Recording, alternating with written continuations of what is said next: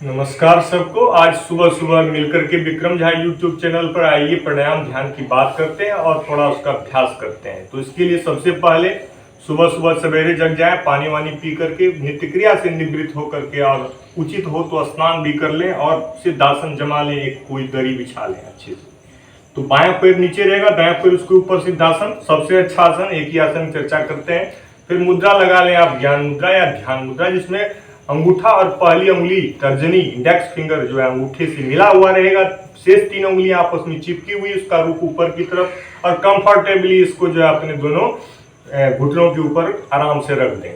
हालांकि इन सब चीजों से हमें सावधानी का मुद्रा बनता है ये, और पीठ गर्दन सीधी होती है, और ध्यान जो है दोनों भौहों के बीच में जो आज्ञा चक्र ध्यान केंद्र होता है हमारे मस्तिष्क के अंदर, वो दोनों भौहों के बीच में हल्का सा ओंकार का ध्यान, अपने इष्ट देव का ध्यान जो है वह स्वाभाविक रूप से हल्का सा ध्यान रहेगा, कोई जोर जबरदस्ती नहीं रहेगा। और करेंगे ओंकार की नाद, और ओंकार की नाद के बाद गायत्री इत्यादि मंत्र के जाप के बाद कपालभाति, अनुलोम विलोम, भस्त्रिका, उद्गीत मने ओंकार, और फिर जो है बाह्य प्राणायाम उज्जयी के बाद, बाह्य प्राणायाम के बाद जो है 8 प्राणायाम का बहुत ही सिंपल पैकेज है। 10 से 15 मिनट ना समय हो तो, अदरवाइज तो आपका मन लग जाएगा तो आधा 1 घंटा भी कर सकते हैं। और इसमें आपके शरीर के अंदर जो एक्स्ट्रा एनर्जी आएगी वह बेहिसाब आएगी, मान के चलिए, और इसको करके देखिए और तब खुद ही समझ जाइए।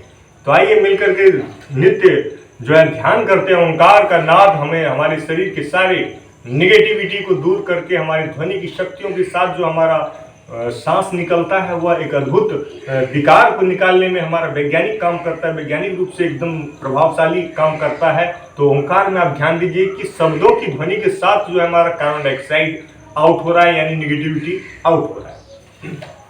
जरूरत है सहजता पूर्वक अपने सांसों पर ध्यान बनाए रखें और अपने अंतस्थ होकर, अपने मन के अंदर स्थित होकर, जहां सारी शक्तियां हमारी अंदर छिपी हुई है। ओंकार।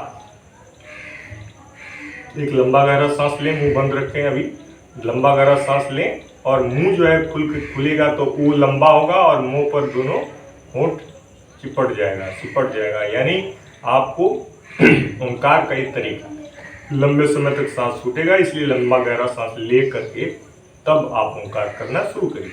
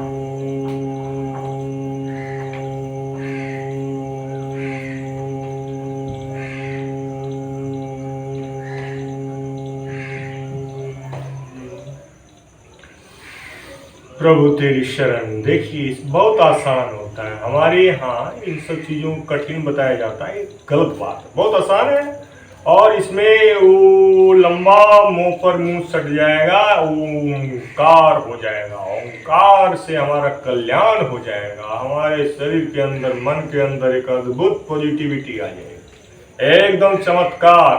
3 बार ओंकार कम से कम करेंगे, मैक्सिमम 15, 20, 50, जितना आप करेंगे आपके दिमाग में से उतना ही कचरा निकलेगा, सीधी बात। और ओंकार करना कितना सरल है, दोनों भौहों के बीच में ओंकार, ओम का पिक्चर बना रहा था मैं, और मुझे क्या था, बस ओंकार का मजे ले रहा था। ये होता है मजे पूर्वक कोई काम में इन्वॉल्वमेंट 100% हो जाती है। अगर हम दुखी होते हैं, संदेह में होते हैं कि ये क्या कर रहे हैं, तो आप कर भी मत करिए, तब आप अच्छे हैं। वो इंसान अच्छा है जिसने किसी अच्छे चीजों को देखा नहीं है, उसका स्वाद नहीं चखा है, लेकिन एक बार अगर आप स्वाद चख लेंगे तो आपको वो बार बार चाहिए। जैसे मैंने योगासन का स्वाद चख लिया है, तो मैं वीडियोस भी बनाता हूँ, और वैसे तो डेली तो वीडियो नहीं बनाता हूँ, क्योंकि एक तरह से उसमें एक तरह से तैयारी भी करनी पड़ती है, अलग से भी थोड़ा, आप समझ ही रहे होंगे। तो अलग से नहीं, हम अपना ध्यान खुद करते हैं, इसमें बोलना नहीं रहता है, इसमें चुपचाप अपना प्रोसेस करना होता है। हाँ, लेकिन मैंने भी कहीं से सीखा है, बाबा रामदेव जी से सीखा है इत्यादि, बहुत सारे योग गुरु हैं, उनको मैं नमस्ते करता हूँ कि वो हमारे गुरु हैं, क्योंकि उनसे मैंने सीखा है। अदरवाइज ऐसे ही तो दुनिया चलती है। कोई बात नहीं, ओंकार के बाद हम गायत्री इत्यादि मंत्रों के जाप का मचा लेंगे, और उनका जो ध्वनि तरंग विशेष हमारे तन मन पर विशेष प्रभाव डालती है, उस श्रद्धापूर्वक हम एक्सेप्ट करेंगे, और जिस चीज को हम दिल से एक्सेप्ट करेंगे वो हमारे अंदर आएगा। तो आइए मंत्र का जाप करके उसका प्रभाव को हम एक्सेप्ट करते हैं। जय मां गायत्री।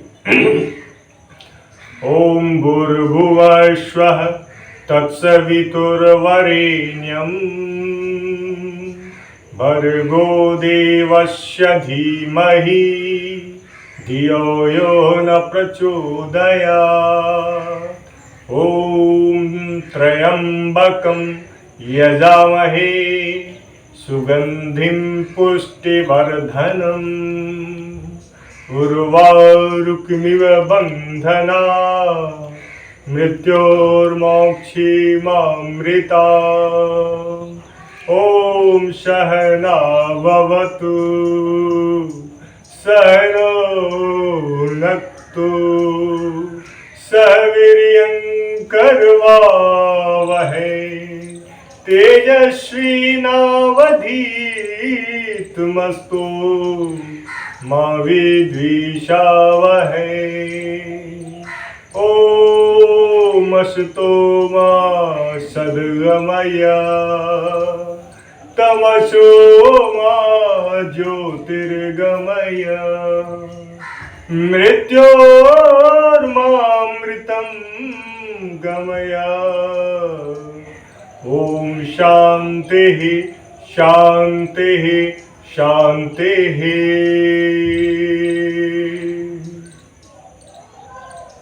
आप और हम कहते हैं कि कोई इंसान इतना अच्छा परफॉर्मेंस कैसे कर लेता है, वो किसी की नकल थोड़ी नहीं करता है, वह खुद से उसका इन्वॉल्व होकर करता है, उसमें उसका इंटरेस्ट होता है, उसमें उसका दिल लगा होता है। तो जहाँ दिल लग जाता है हमारा, वो काम बेस्ट हो जाता है। प्राणायाम में दिल लगाने की जरूरत है, मंत्रों के जाप में हमें शर्माने की जरूरत नहीं है। हमें अपनी ऋषि मुनियों की दी हुई परंपरा को करने में कोई तरह का इसमें शर्म की बात नहीं है, बल्कि गर्व की बात है कि इसका वैज्ञानिक प्रभाव आजकल सबको पता चल गया है। आप आज डॉक्टर के पास जाएंगे, वो दवाई देते समय आपको ये जरूर कहेंगे प्राणायाम करते रहिएगा, योगासन करते रहिए, ये एक्सरसाइज के लिए वो एक्सरसाइज करिए। दवाई एक लास्ट चीज है जो उन सब चीज़ों को, अंग्रेजी दवाई जो है उसको रोकता है, वो ख़त्म नहीं करता है, वो सबको पता है। तो ख़त्म अगर करता है तो क्या करता है, हमारा शरीर खुद ही अपने आप में हीलर है, उसका सॉल्यूशन सारा बॉडी के अंदर है। तो इसीलिए प्राणायाम उसका एक सॉल्यूशन है। जिस प्रक्रिया के तहत हम प्राणायाम के तहत हम अपने शरीर को स्ट्रेंथ देते हैं, उसको हम जो इंटरनल ऑर्गन्स को ऑर्गेनल लेवल पर, हम सेल ऑर्गेनल लेवल पर, सेल के अंदर से तो सेल होता है 1 मिलीमीटर का लाखवां करोड़वां भाग, 1 मिलीमीटर, और उसका लाखवां करोड़वां भाग सेल का आकार है। और सेल के अंदर भी जो है उसका लाखवां हजारवां पार्ट जो है उसका सेल ऑर्गेनल होता है, और लाखों करोड़ों सेल होते हैं, लाखों करोड़ों सेल के अंदर सेल ऑर्गेनल्स होते हैं। इतने सूक्ष्म स्तर पे कौन सी दवाई काम करेगी भैया। जड़ी बूटी इसलिए काम करता है क्योंकि हम उसी से बने, वो हमारा प्रकृति है। तो हम जिससे बने, जड़ी बूटी, पेड़ पौधे, मिट्टी, धरती, हवा, पृथ्वी, यह एक प्रकृति का अंश है, और उससे हमारा निर्माण हुआ है। हम इसी पृथ्वी पर जन्मे हैं कि आसमान से नहीं टपके। तो हम निश्चित रूप से प्रकृति के अंश हैं, इसलिए प्रकृति से हमारा इलाज होता है। और सबसे बड़ी चीज कि हमारे शरीर के अंदर, सभी जीवों के शरीर के अंदर जो ऑटो मोड होता है, ये खुद से अपने आप को सही करता है, उसको हम बढ़ावा देते हैं प्राणायाम से। तो आइए मिल करके पहला प्राणायाम करते हैं भस्त्रिका, जो हमारे पूरे शरीर के अंदर पूरा सेल सेल में जो है ऑक्सीजन जो है 10 टाइम्स ज्यादा ऑक्सीजन भरेगा। नॉर्मल ब्रीदिंग में जितना सांस लेते हैं 50 ml, उसका 10 टाइम्स ज्यादा जो है 5000 ml, 50 का 10 टाइम्स 500 ml जो है हमारी एक स्ट्रोक में सांस अंदर जाएगा। लेकिन कैसे? सांस लेंगे लंबा गहरा, लेकिन छोड़ेंगे थोड़ा सा फोर्स लगा। बस इसी प्रक्रिया को दोहराते रहिए। भस्त्रिका पहले स्लो, फिर मीडियम, फिर फास्ट, और फिर देखिए जिंदगी में कितना फास्टनेस आ जाता है।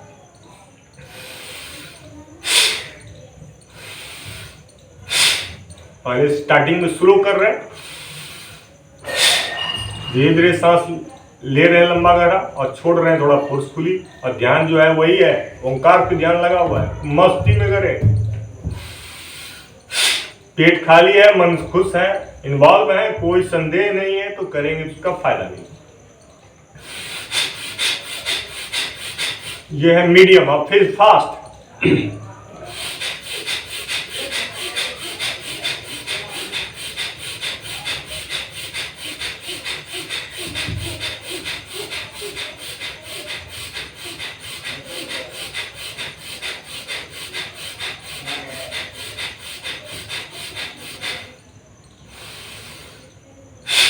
एक मिनट लगातार कम से कम करिए और पूरे शरीर के अंदर पसीने का स्त्राव हो जाएगा।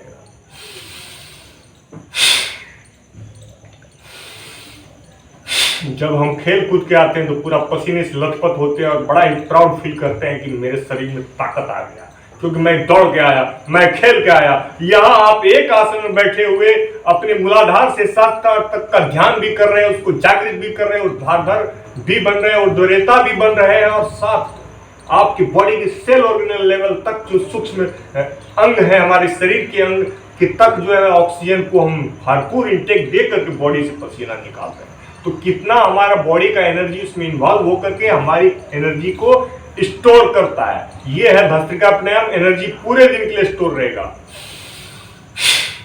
फिर अगले सुबह में फिर आप प्राणायाम करेंगे ही। रोज नया सुबह आता है, नया सवेरा लाता है, नई उम्मीद लाता है हमारे जीवन में। यह है भस्त्रिका प्राणायाम का लक्ष्य कि वो लाएगा, हम उम्मीद पॉजिटिव रहेंगे, इससे एनर्जेटिक रहेंगे। भस्त्रिका प्राणायाम की बात करते हैं कपालभाति। दूसरे नंबर पे कपालभाति। कपालभाति में सांसों को फोर्सफुली छोड़ना रहता है। सांसों को फोर्सफुली छोड़ेंगे। सांस लेने की बात मैंने क्यों नहीं की? क्योंकि जब हम सांस फोर्सफुली छोड़ते हैं तो पेट जर्क के साथ अंदर जाता है, और पेट जैसे ही जर्क से वापस आता है सांस अपने आप अंदर चला जाता है। इसमें हमारा जो डायफ्राम, स्टोमक का सारा इंटरनल ऑर्गन्स और हमारे लंग्स, हमारे सारे बॉडी की इंपॉर्टेंट सेल ऑर्गेनल्स और सेल्स सारे यही हैं, इंटरनल ऑर्गन्स। उस सब का एक्सरसाइज इकट्ठे होता है, इसलिए इसका नाम पड़ा कपालभाति। कपालभाति 5 मिनट आप अगर 10 मिनट रोज करेंगे, 2-3 स्ट्रोक में 2-2 मिनट करके, तो आपके मस्तिष्क में भांति मतलब चमक आ जाएगा, क्योंकि आपके चेहरे पर वो जो जबरदस्त तेज आएगा आपके बॉडी के इंटरनल ऑर्गन्स के स्ट्रांग होने से। आपका डाइजेशन स्ट्रांग, आपका रेस्पिरेटरी सिस्टम स्ट्रांग, आपका रिप्रोडक्टिव सिस्टम स्ट्रांग, आपका सारा डाइजेस्टिव सिस्टम स्ट्रांग, एवरी मतलब सारा एक्सक्रेटरी सिस्टम स्ट्रांग। कोई तरह से किडनी फेल नहीं होगा, कोई तरह से पेट खराब नहीं होगा, कोई तरह से शरीर में कोई दिक्कत नहीं होगा। कपालभाति को 10 मिनट नियम के साथ रोज करना है, सुबह शाम खाली पेट। ये आप खाने के बाद नहीं कर सकते हैं। खाने के बाद आप कर सकते हैं ओंकार, खाने के बाद आप कर सकते हैं भ्रामरी, वो भी कर सकते हैं। खाने के 10 मिनट 15 मिनट आधा 1 घंटा बाद अनुलोम विलोम भी कर सकते हैं।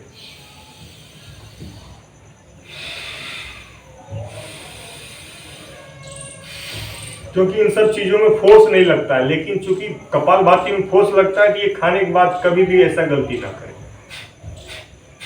और इसको किस तरह नियमित रूप से किया जाता है, लगातार किया जाता है, देर तक किया जाता है, वो मैं थोड़ा सा यहाँ पे सिंबॉलिक रूप में शेयर करता हूँ।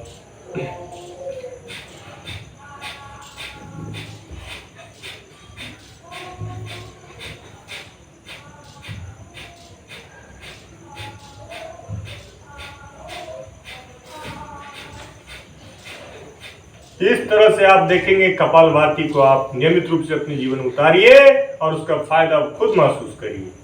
कोई पागल नहीं है विक्रम झा यहाँ बैठ करके कपालभाति की तरह भाषण दे रहा है। वह कपालभाति से खुद भी लाभान्वित हुआ है और दूसरे को बरगला नहीं रहा है, गलत दिशा में नहीं ले जाने की कोशिश कर रहा है। वो खुद भी, मैं एक टीचर हूँ और टीचर होने के नाते मेरे अंदर एक शिक्षा देने की जो जिम्मेदारी है, उसके तहत मैं कभी झूठ नहीं बोल सकता, ये मैं भी जानता हूँ और दुनिया इसका सम्मान आज भी करती है, टीचर को सैल्यूट करती है। मैं डॉक्टर साहब, जज साहब, सबके बच्चों को पढ़ाता हूँ और जब उनके यहाँ जाता हूँ तो खुद सैल्यूट मारते हैं, मुझे नहीं मारते हैं, और टीचर को मारते हैं, गुरुजी को सैल्यूट मारते हैं। तो मुझे समझ में आता है गुरुजी का महिमा क्या है, टीचर का महिमा क्या है। और गुरु शिष्य की परंपरा से ही सारे ज्ञान का जो है वह एक पीढ़ी से दूसरे पीढ़ी में जो है ट्रांसफर होता है, सभी जानते हैं। इसलिए गुरु ब्रह्मा गुरु विष्णु गुरु देवो महेश्वरा गुरु साक्षात पर ब्रह्म तस्मै श्री गुरुदेव। तो हमारे भी कोई गुरु है और हम भी किसी के गुरु हैं। इस तरह से दुनिया चलती है। खैर, सभी के अंदर एक अपना गुरु होता है। गु मतलब होता है अंधेरा, रू मतलब होता है प्रकाश, जो हमें अंधेरे से प्रकाश यानी की ओर लेके चले। गुरु का मतलब होता है जो हमें रास्ता दिखाए, और रास्ता हमसे अच्छा हमको और कोई क्या दिखाएगा। एक मिनट के लिए, तो हमारे अंदर एक सबसे बड़ा गुरु है, हमारी माँ सबसे बड़ी गुरु है, लेकिन उसके बाद हमारे माता पिता के बाद जो दुनिया में एक थर्ड पर्सन होते हैं, और पता नहीं उसको हमसे क्या लगाव होता है, भले ही फीस लेते हैं आजकल के जमाने में गुरु दक्षिणा, लेकिन वो पता नहीं अपना सारा नॉलेज हमारे अंदर उड़ेल देते हैं। तो उनका बहुत बहुत धन्यवाद होता है। उन्हीं को हम ब्रह्मा विष्णु महेश की संज्ञा देते हैं, क्योंकि वो गुरु गोविंद दो खड़े काको लागे पाए। अब बलिहारी गुरु आपने गोविंद दियो बताए, तो गोविंद कौन जनवाया? गोविंद को पता ही नहीं था। ऐसे लोग बोलते थे कृष्ण भगवान, लेकिन कृष्ण भगवान के बारे में बताया कौन? हमारे गुरु ने। हमें अगर उसने ज्ञान नहीं दिया होता तो हमें ज्ञान ही नहीं होता कि कृष्ण भगवान सिर्फ नाम नहीं, वह संसार में सबसे महाशक्ति है। तो यही सब चीज से हम गुरु का आदर करते हैं, सत्कार करते हैं और फिर उनसे लाभान्वित भी होते हैं। तो भस्त्रिका प्राणायाम कपालभाति के बाद अनुलोम विलोम होता है, एकदम मजे से किया जाता है। बाएं नाक से लंबा गहरा सांस लेते हैं, बाएं नाक को बंद करके दाएं नाक से छोड़ देते हैं धीरे धीरे। जितनी देर में सांस लीजिए उतनी देर में सांस छोड़िए। अब फिर उसी नाक से सांस लीजिए, यानी दाएं नाक से, और दाएं नाक को बंद करके फिर जिस नाक से सांस छोड़िए उसी नाक से सांस लेते रहिए, और बाएं से सांस लेना शुरू किए थे बाएं पर ही सांस छोड़ करके खत्म करिए। ये है अनुलोम विलोम का। अनुलोम विलोम के बाद भ्रामरी कर लीजिए। भ्रामरी में पहली दोनों उंगली माथे पर रहती है, शेष तीन उंगली आंखों पर, और कान जो है अंगूठे, कान का निचला मसल्स जो है उसको अंगूठे से इसे बंद कर देते हैं, और लंबा गहरा सांस अंदर भर करके मुंह बंद रहता है, पेट से नाद निकालते ध्वनि जो है मस्तिष्क को झंकृत करती है। या भ्रामरी जो है फूलों पर जब भ्रमरा मंडराता है तो अंदर से आवाज, आपको पेट की से अंदर से आवाज निकालनी है। देखिएगा, अगर आप 15 बार भस्त्रिका प्राणायाम खाने के बाद भी कर सकते हैं, आप कर लिए कभी डेली लाइफ में, तो आपका मस्तिष्क के अंदर सारे जितने भी टेंशन होगा वो निकल जाएगी। बड़ी बात है, आप ऑफिस में भी करके देखिएगा। बड़ा आप तंग आ गए, लीजिए पहली दोनों उंगली माथे पर रखिए, शेष तीन उंगली आंखों पर, और दोनों अंगूठे से कान को ऐसे नीचे से मसल्स के सहारे बंद करिए। ऐसे डायरेक्ट देंगे तो उसको पेन होगा, तो इससे अब सारा चीज बंद है। आपको जबरदस्ती दबाना नहीं है, हल्का से टच रखना है, और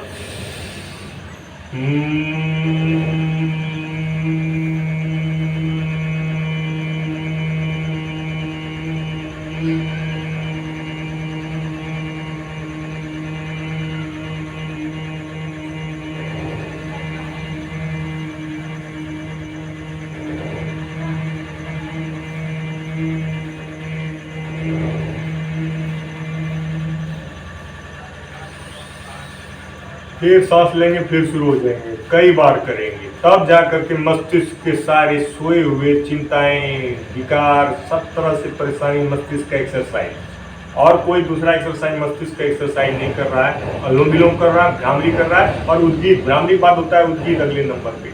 उद्गीत का मतलब होता है लंबा लंबा ओंकार। तो चलिए इसको दोबारा भी शामिल करिए, प्राणायाम की शुरुआत में भी करिए, और प्राणायाम के बीच में भ्रामरी के बाद उद्गीत यानी ओंकार कर लीजिए। लीजिए लंबा गहरा सांस,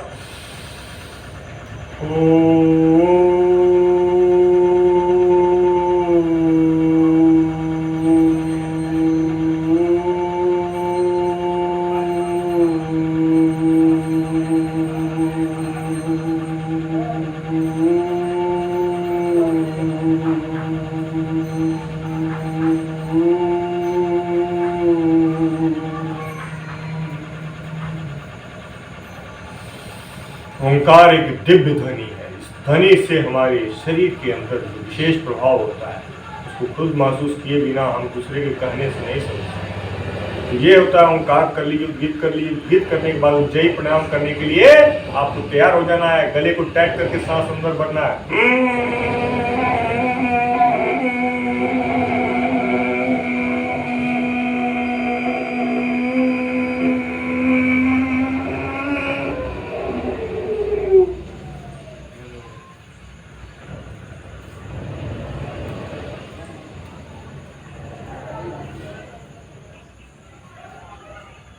गले को टाइट करके सांस अंदर भर के थोड़ी देर इस अवस्था में रुकेंगे और फिर गर्दन धीरे धीरे उठाते हुए दाएं अंगूठे से दाएं नाक को बंद करते हुए बाएं नाक से सांस धीरे धीरे छोड़ देंगे, धीरे धीरे फोर्सफुली। ये है हमारा उज्जयी प्राणायाम। उज्जयी प्राणायाम से गले से, थायराइड से लेकर के पूरे बॉडी का ग्लैंड्स जो है वह और जो कंट्रैक्शन, इससे हमारे फेफड़े और हार्ट में पड़ रहा है, दोनों पर विशेष प्रभाव होता है। थायराइड ग्लैंड, फेफड़े और हृदय तंत्र जो है सब प्रभावित होता है हमारा इस सिर्फ अकेला उज्जयी प्राणायाम से। उज्जयी प्राणायाम बहुत अच्छे से करें। गले को टाइट करके, थोड़ा शुरुआत दौर में आपको दिक्कत हो तो गले टाइट करके सांस अंदर भरने का अभ्यास करिए। इसे टुकड़े में करिए, ऐसा करिए तो आपको खांसी आएगी, खांसी रोज करिए। एक दिन हमारी तरह आपको भी आपका अभ्यास हो जाएगा और फिर आप इसका लाभ नियमित रूप से पाएंगे। 1 मिनट करने में लगता है, टाइम तो लगता नहीं है, ज्यादा परेशानी है नहीं, फायदा बहुत ज्यादा है। तो उज्जयी प्राणायाम को अपने डेली लाइफ में शामिल करें।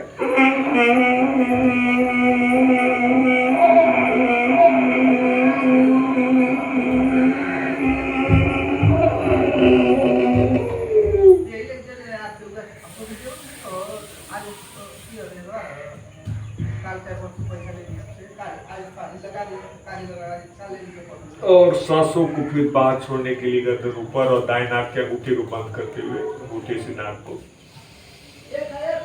बाएं नाक से सांस छोड़ देंगे। ये हो जाता है हमारा उज्जयी प्राणायाम। उज्जयी के बाद वायु प्राणायाम के 2 अंग होते हैं। एक में हम सांस बाहर छोड़ करके पेट को अंदर धंसा करके थोड़ी को रोक के रखते हैं, सांस बाहर छोड़ के। तो ये होता है वायु प्राणायाम का पहला स्वरूप। वायु प्राणायाम के दूसरे स्वरूप में हम सांस बाहर छोड़ के पेट अंदर बाहर करते हैं, इसको अग्निसार कहा जाता है। तो वायु प्राणायाम का पहला स्वरूप है, सांस लीजिए पहले लंबा गहरा, फिर छोड़ दीजिए, फिर छोड़ के रोक दीजिए, पेट अंदर की तरफ धसाइए और नाभि के नीचे का हिस्सा नीचे पीछे की तरफ धसाइए और नाभि के ऊपर वाला हिस्सा को ऊपर की तरफ खींचिए। नीचे मूल बंद, फिर उद्यान बंद, फिर यहाँ पर जो थोड़ी सटेगा और जालंधर बंद, 3 बंद में इसको करिए, समझे। नाभि के नीचे का हिस्सा जो अंदर तरफ खींचेगा वो मूल बंद होगा। उसके ऊपर जो नाभि के ऊपर वाला हिस्सा है उसको ऊपर की तरफ खींचेंगे तो वो उद्यान बंद होगा और जो थोड़ी आपके सीने से लगेगा जालंधर बंद होगा। 3 बंद बना करके आप 6 पैक्स बना सकते हैं।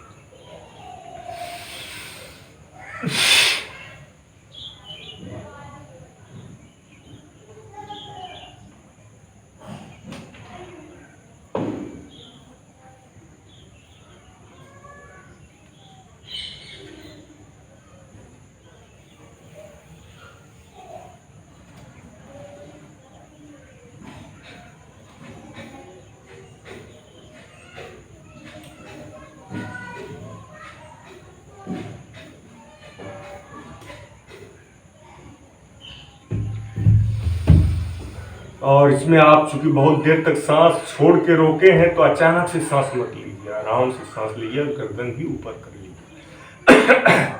पूरे गले के अंदर आपका पूरे हार्ट, लंग्स सब पर इसका विशेष, और पेट पर तो जबरदस्त प्रभाव पड़ता है, इसलिए इसका नाम ये पड़ गया वायु प्राणायाम। सांसों बाहर छोड़कर रोक देते, इसलिए वायु प्राणायाम। वायु प्राणायाम दूसरा हम लोग लास्ट में कर लेंगे। 8वां प्राणायाम है हमारा अग्निसार, जिसमें सांसों बाहर छोड़ के रोक दो और फिर पेट अंदर बाहर करते रहो। ये है हमारा अग्निसार, बहुत फायदेमंद है पेट के लिए। और पेट की समस्या तो हर इंसान को होती है थोड़ा बहुत, तो करिए अग्निसार मजे से खाली पेट।